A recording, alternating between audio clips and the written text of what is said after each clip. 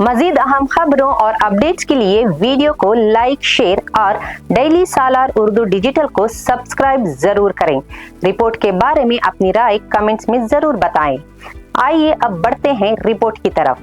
लद्दाख के अवाम को कानूनी सहूलियात तक आसान रसाई के लिए मरकजी कैबिना ने जम्मू और कश्मीर हाई कोर्ट का एक बेंच यूनियन टेरिटरी लद्दाख में कायम करने की मंजूरी दे दी है। मरकजी वजीर दाखिला अमित शाह ने 20 अगस्त को इस फैसले का ऐलान किया।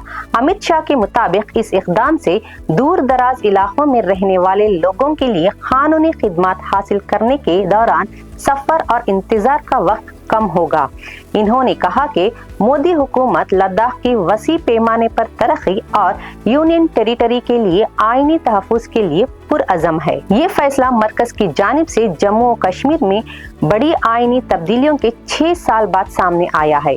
5 अगस्त 2019 को आर्टिकल्स 370 और 35A खत्म किए गए थे, जिसके बाद साबिक रियासत को 2 यूनियन टेरिटरीज जम्मू और कश्मीर और लद्दाख में तकसीम किया गया।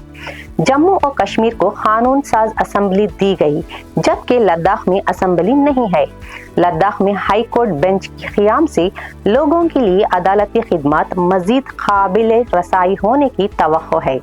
ये ऐलान 19 अगस्त को मरकजी कैबिना की जानिब से मंजूर किए गए 2 इंफ्रास्ट्रक्चर मंसूबों के बाद सामने आया है, जिनका मकसद राब्ता बेहतर करना और माशी तरक्की को फ़रोग़ देना है।